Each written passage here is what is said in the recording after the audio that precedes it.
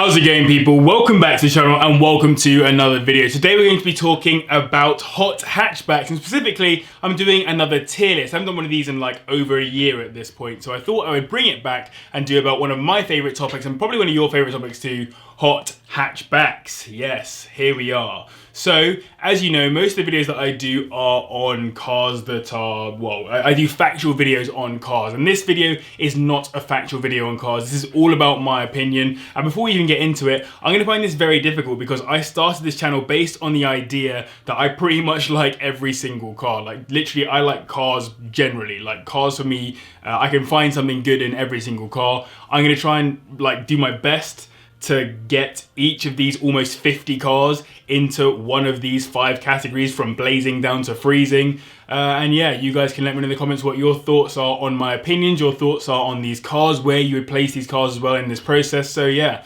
before I do any more of this nonsense faffing, remember to hit the like button if you enjoy this kind of video, subscribe as well if you're new. Without further ado, let's get into the video.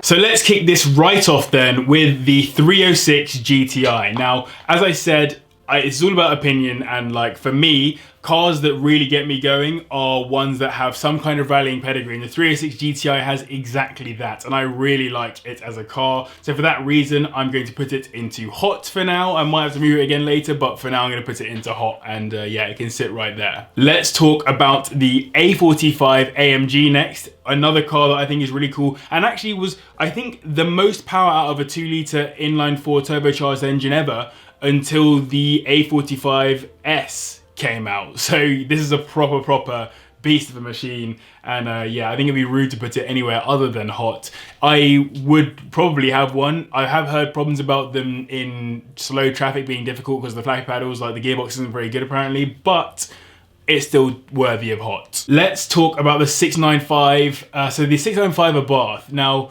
I think Abarths are cool, but they are not for me. Like, I don't think it's a car that I am that into. I respect them, and I know there's a lot of love for them.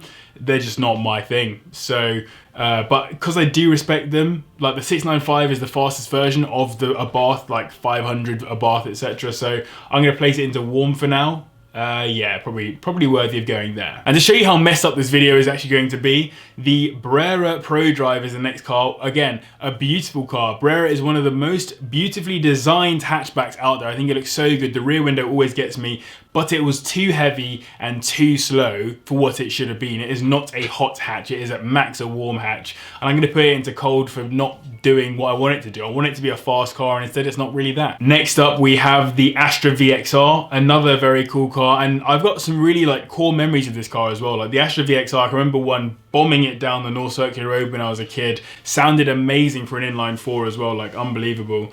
And so for that reason, I'm going to put it into warm, just ahead of the 695, because I like it more than the 695, but I don't think it's worthy of my hot category. Speaking of the hot category though, I think it would be rude not to put the 1 Series in this, the M140i, the M135i. I know they're very different cars to some degree, but I'm going to put them in both into hot, probably behind the A45. If I'm thinking about like preference for me, then I think that the A45 I would have over, no, I'm lying. I would have the BMW over the A45 simply because it comes in manual. So that's why I go for it. Now we've got a whole bunch of Civics, and I will go through them one by one, but I have to just caveat this with the fact that even though I like Civic Type Rs, I'm not a massive Civic Type R fan. Some people really love them, some people aren't that into them. They're not really my main thing. So the EK9, which is a beautiful car, we couldn't get here in the UK. It's a JDM special in particular. I'm going to put that into warm, and that's going to set the scene for the rest of these ones. The EP3 I would also put into warm. The FN2 I would also put into warm. The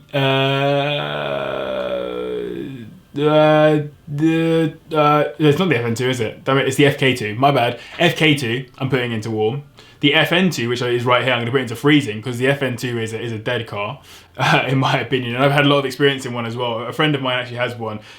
Like, compared to the other Civic Type Rs, that car felt slow and heavy, and it didn't feel like that moddable in comparison to cars like the EP3. The EP3 for me is like the happy medium. Like that's where it's cheap, it's cheerful, great for modifications, all that kind of stuff. The FN2 wasn't really that. The FK2 I think is very cool, and the FK8 I'm going to move up to hot. In fact, I'm probably going to put it before both of these because of its Nürburgring lap time. I think the fact that that car managed to set the front wheel drive record on the Nürburgring is unbelievable, particularly in stock spec as well. Like, as in, it's not like it was the Seat Leon Cupra Trophy R. It wasn't like the top spec. It was just literally this Honda Civic Type R, and it went out and it smashed the record. So yeah, fair play to it. Please note the 306 GTI is still in the hottest position right now because I really like the 306 GTI. Let's talk about another car that I really like. Let's talk about the Mark 1 Focus RS, and this one deserves to be in blazing. This is one of the first hot hatchbacks that I ever came into contact with as a kid.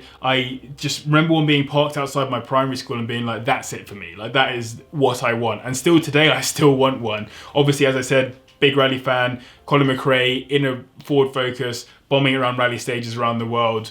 That inspired me to love the Focus in the first place. And then obviously this one is, for me, one of the best. And if you're one of the people that bought one of these, never modified them, and just still has it as brand spanking new spec, you are laughing in terms of value right now. They are such nice cars. Let's stick to the Ford Focus theme, and I'm going to put the Mark II Focus RS also into blazing. I prefer the Mark 1, but the Mark II deserves blazing as well, for me at least. That 2.5 litre inline 5 turbocharged engine, anything within inline 5 is sick from the get-go, for me anyway. So yeah, the inline 5 gets it there. And also I just think it looks amazing, and it's become like a bit of a classic. When you go to car shows now, you see them and like, oh yeah, that's a proper nice car, proper like, yeah, it's gone from being like boy racer car to being like classic car almost. And so for that reason, it goes into blazing for me. Let's talk about the Mark III Focus while I'm here. And the Mark III Focus for me, even though it is potentially the final ever Focus RS we'll ever see, given we haven't had one of the most recent generations, it isn't on a level with the Mark 1 and Mark II because of its lack of rallying pedigree. Obviously the Mark II had Marco Martin, people like that driving it as well, so it did have that rallying pedigree. The Mark III, for me, doesn't, despite, yeah, I don't know. It just doesn't do it in the same way for me. I'd put it on like a similar level to cars like the A45 and that. Like, I like it a lot. I just don't like it on a level with the Mark 1 and the Mark II, so feel free to disagree with me on that, obviously. And let's stay with Ford. Let's talk about the Fiesta ST, and let's talk about them broadly. I haven't like split them out on this one. So like the ST150 I've had experience of, a very cool car, particularly as a track car. And then like the more recent generations seem to get a lot of flack on the internet. People get harassed for driving Fiesta STs, but it's one of those popular cars in the UK, the Fiesta itself. And the ST I think is a very cool car, and it embodies getting into fast cars as a young driver. And I rate cars that do that. Do I like it more than any of these cars? Don't know. I don't know. I don't think I do. I think I prefer that. That can probably go up here. That can go there as well, because even though I do like that, I haven't really had much experience of it. That can also drop down to there. Perfect. Next up, we have the Clios. Let's do both of the Clios. So the 182 and the 197. So the 182 is a very cool car. Cheap, cheerful. I think the RSs are worth money when they get older. I think that like anything to do with that in terms of Renaults is good news. So I think that yeah, that 182 for me is a very nice car. I'd probably put it in at the bottom end of hot. And the 197, which I've considered buying multiple times. This tells you how sketchy this list is, because like literally most of these cars I would probably buy myself. The 197 I'm going to put into cold. Reason being, the synchro issues with the gearbox were absolute killers. And I know multiple people who, if I know multiple people who've had gearbox problems with these, then you know there's a problem. And I know someone actually who had 2 gearboxes go on these. So they had a gearbox, it went, had a second gearbox, it went like 2 years later. Yeah, like you just can't be having that. Outside of that though, I do love the car. The Giulietta QV, similarly, I'm not as into it as, yeah, I don't know. It just doesn't do it for me. It's kind of expensive for what it is. If I was going to buy any of those two Alphas, like the Brera or the Giulietta QV, I would have the Brera because I think it's a nicer looking car. The Giulietta has a good engine in it. Don't ask me why I think that. I mean, you can guess if you know what car I want to buy this year. But outside of that, it doesn't really do it for me. It's quite expensive, basically, for what I think it is. So I'm going to put it in cold. Let's stick to Alpha, though, and talk about the Mito. The only reason why I really like the Mito, like, this is just being very, very blatant with you. The thing that gets me about the Mito is the Sebelt bucket seats with the carbon backs in them. I think that is sick. And so for that reason, it's going to go into warm, literally because I like the seats so much. So yeah, as like a car to drive around in and enjoy, and probably as a city car, for me that would work really well right now. So I'm going to put it into warm. I'm going to put it below the Abarth though, because I think the Abarth is objectively a better car, but by a very long way. So let's talk about the Golfs. I've got multiple Golfs to go through, so let's try and power through these as quickly as possible. Mark 1 Golf has to be in blazing, probably at number 1 in blazing, because that is the standard of what a hot hatch should be. It's the Mark 1 Golf GTI. Have you seen them in person? If you've seen one in person, they're actually much smaller than you expect. I know that cars used to be smaller and they're getting bigger over time, but for whatever reason, like I've seen Golf GTIs and I've thought to myself, like it's almost as small as what I'd expect a Polo GTI to be, like a Mark 1 Polo GTI. But yeah, beautiful car, lots of history, and started this long list of Golfs we're about to go through. The Mark 2 for me also goes into blazing. I would probably put it ahead of the Mark. No, I put it behind. I put it into blazing because I think that I grew up on Jeremy Clarkson videos when I was a kid, so I watched multiple Jeremy Clarkson videos before he was even in Top Gear, that kind of stuff. And I remember this one section of video with the Mark II Golf GTI, and I remember it very fondly. So for that reason, it goes into blazing. Plus, it is a very cool car anyway. The Mark III isn't for me.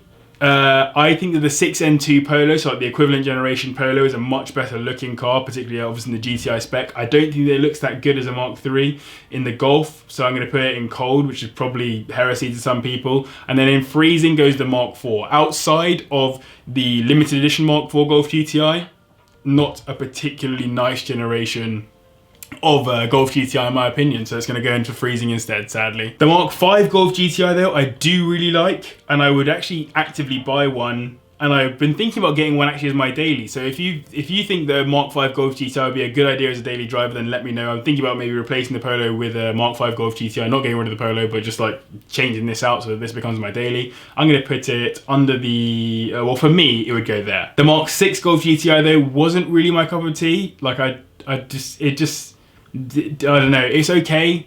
I know that it's like lots of people said it was like a return to form for the brand, but I think the Mark V was a return to form. And I'm going to put the Mark VI down here because it just doesn't do it for me in the same way as the Mark 7 and 7.5 do, which I think are very nice cars. And having been in them as well, they're really, really nice considering. So I'm going to put those into hot.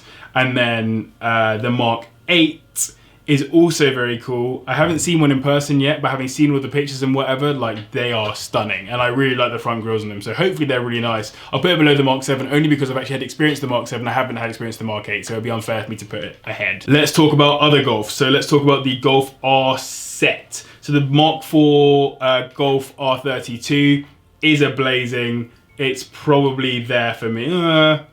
Yeah, I think it's probably there for me actually. So yeah, the Mark IV Golf R32 is a very special car, obviously an all-wheel drive Mark IV Golf. It shows you that the same generation of car can have like top tier amazing stuff and then like bottom tier nonsense. So that's why I think that one is worthy of blazing, and then the Mark IV Golf GTI. In fact, so far on this list, I think that the Mark IV Golf GTI is the only car that I wouldn't actually have myself. That and maybe the FN2, but like the Mark IV Golf GTI just wasn't very nice in my opinion. The Mark IV Golf R32 though, stunning. And my friend Street Mods Joel had one as well. So if you don't know Street Mods, get to know he had a very cool Mark IV Golf GTI. It's not GTI, sorry, R32. So yeah, definitely deserves to be there. R32 Mark V, similarly, I think that is a very, very cool car. I'm going to put it into hot. I'm going to put it near the top end of hot. No, I'm not. I'm going to put it there. That's where it's going to go, because I think it's a really nice car. No, it goes above that for sure. Yeah, that's a nice car as well. I prefer the Mark IV by a very long way to the Mark V, which is why I'm placing it back down here in hot. Then we have the Mark VI with the R, and that was a very nice car as well. I think that's probably worthy of hot because it kind of switched it up a little bit. And again, compared to the Mark VI GTI, I think it was a really, really nice offering and really set the tone for the Rs that came in the future. And then the 7 and the 7.5 as well is a beast. And so that one I think is like, that's like the standard of Golf Rs now. So that's going to go into, I probably prefer it to that. Yeah, I put it there probably. And the Mark 8, I like it in R. I think it's a very cool car, but I don't think I know enough about it yet. I think I need to experience it in person. And I don't think it looks as good as the 7 or the 7.5 at the moment. So even though I like the GTI, I don't like the R32, sorry, the Mark 8R as much. But I think it's probably worthy of going somewhere around there. The Hyundai, because in South Korean they don't have I don't think, like AI. I may be wrong about that. Please let me know in the comments if you are from South Korea. But yeah, apparently it's pronounced Hyundai is what I've heard. So the i20N is a very cool car that I don't know enough about, and it doesn't really excite me in the same way as like the Veloster does. So I probably should put the Veloster on this list, and I didn't actually, but I'm going to put that into the warm category, but at the bottom end of the warm category, I think, for me. Let's talk about this one because it's going to make me angry, but the Impreza WRX STI. Now, the reason why this is going to make me angry is because I loved Imprezas when they were all saloons. Obviously, being a rallying fan, it was right up my street. I love rallying, and I love Imprezas. So yeah, obviously big fan of Pezza Solberg, people like that, and then suddenly this car came along and it just wasn't as competitive and it wasn't as pretty at the time. And though I think it has aged very well now, I think they are super nice looking cars now. My vendetta against this car still goes back to rallying, and so for that reason, it's going into freezing, unfortunately. Even though I love Imprezas. If you watch any of my videos, you know I love Imprezas. That just has to go freezing because of the rallying stuff. So there we go. Let's talk about the two minis. So the GP3 and then also the R53 JCW. So I'm not a big mini fan. I wish I was more of a mini fan, but they're just not really for me. I prefer the old ones to the new ones. I think that I love what the R53 represents as like a cheap, fun car for younger drivers. So for that reason, it's definitely worthy of warm for me. Probably somewhere around about, probably there. The GP3, I think it looks sick. I think it's a very cool car. I've heard that it doesn't handle very well. I haven't driven one, but I've heard that it doesn't handle very well from people who are reliable drivers of the car. And I just can't ever imagine myself owning one. I'd probably own the i20N before I own that, so I'm gonna put that there. We're getting on to some cars that I really like in this list, so I better get rid of some of the ones that I'm not that interested in. So Seat Leon Cupra R, very cool car again, not for me. I think it's like it's one of those ones where like if I lump them all together, they are very nice cars, and some of them are very fast. Like the previous owner of the track record at the Nürburgring was a trophy R or whatever, but it's not really my kind of car, so I'm going to place that into warm. Warm. I like them, but I don't love them or anything. And then the Mazda 3 MPS. I think this is a very cool car for anyone who is like in the know about hot hatchbacks and wants like a cheap and fast hot hatch. Then I would definitely place that one into warm. Again, probably somewhere around about here. Maybe there.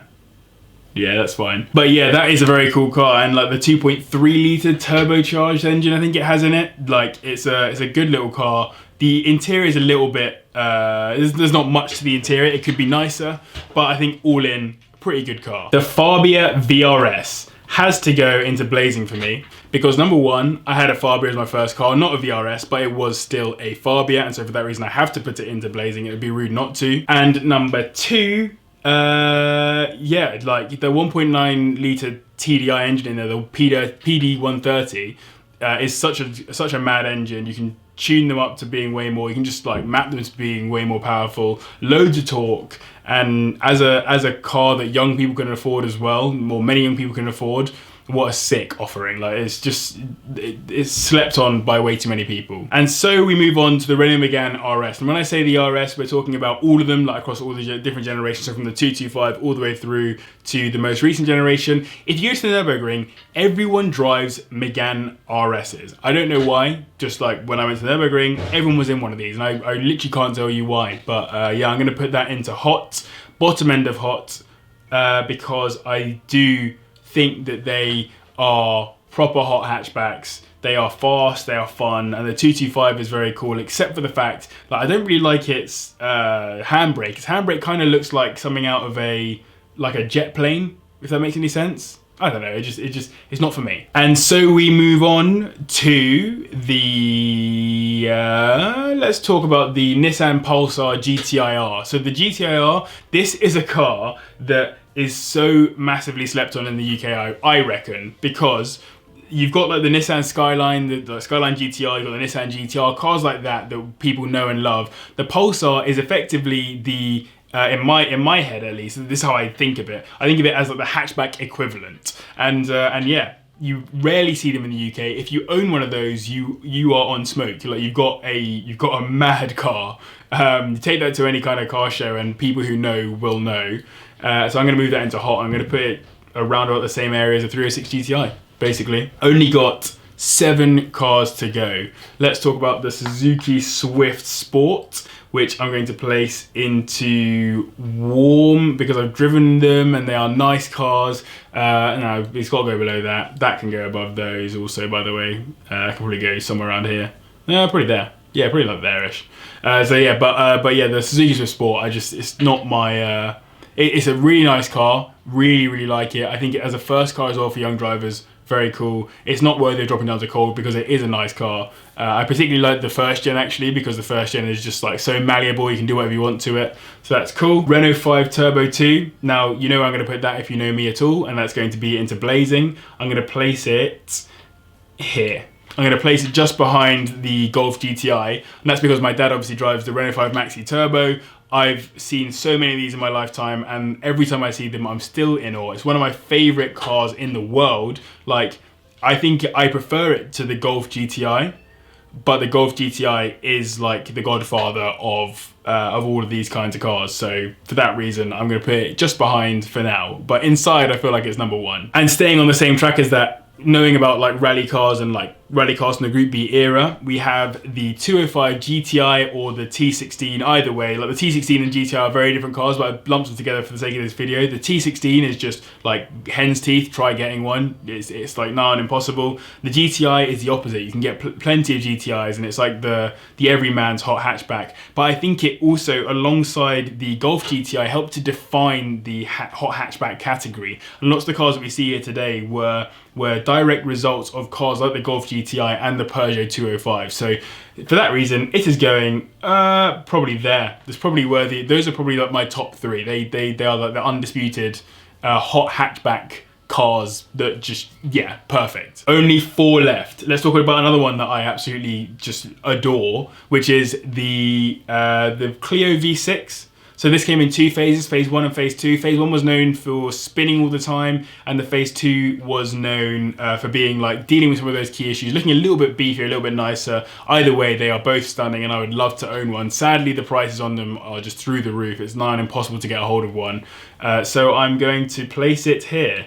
Because yeah, I really, really, really love that car. I think it's so nice. And if I can own one at some point, I definitely will. I love cars where the experience is always visceral. Like they don't have to be comfortable or anything like that. And like everyone complains about the comfort and that kind of stuff in those. My Mazda MX-5 is not comfortable. It's not useful. I want one. 3 cars remain. Car number 1 is the Audi RS3. I think this is worthy of the hot category because I love Audis, and the RS3 is a very cool car, and I'm putting that across all generations, by the way. It's probably somewhere around, I prefer it to some of those Golfs. I think I put it somewhere around here for me. And then there's 2 left, the A1 Quattro. I love this car because I love the story behind it. I love that they were just like, oh, can we shove a 4x4 layout into an A1? Don't know, let's see if it works. They did, and clearly they made it work, but it's such a rare car, like impossible to get a hold of. I saw one sell on collecting cars for like 30 grand the other day. It was like 2021, 2020 or whatever, I can't remember. But it basically sold for 30 grand.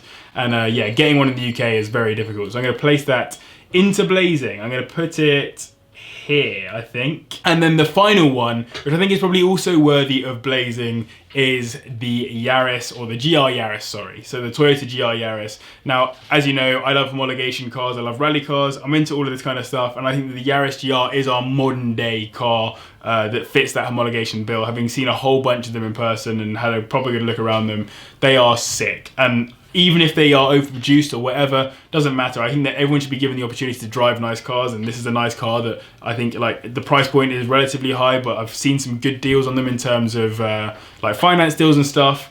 I think that the GR Yaris is worthy of blazing. I don't think it's worthy of like high up and blazing compared to the cars that are already in there. I think it's probably worthy of around here, because the A1 is just a more hen's tooth kind of car. But yeah, that is my list.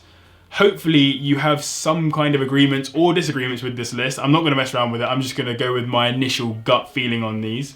I'd love to hear your thoughts on my picks, and I'd love to see what your picks are as well. So let me know in the comments down below where you would have placed some of these cars, or I'll try and find if I can get a link to this, and I'll link it in the description or whatever, and then you guys can actually go and do it yourselves. So yeah.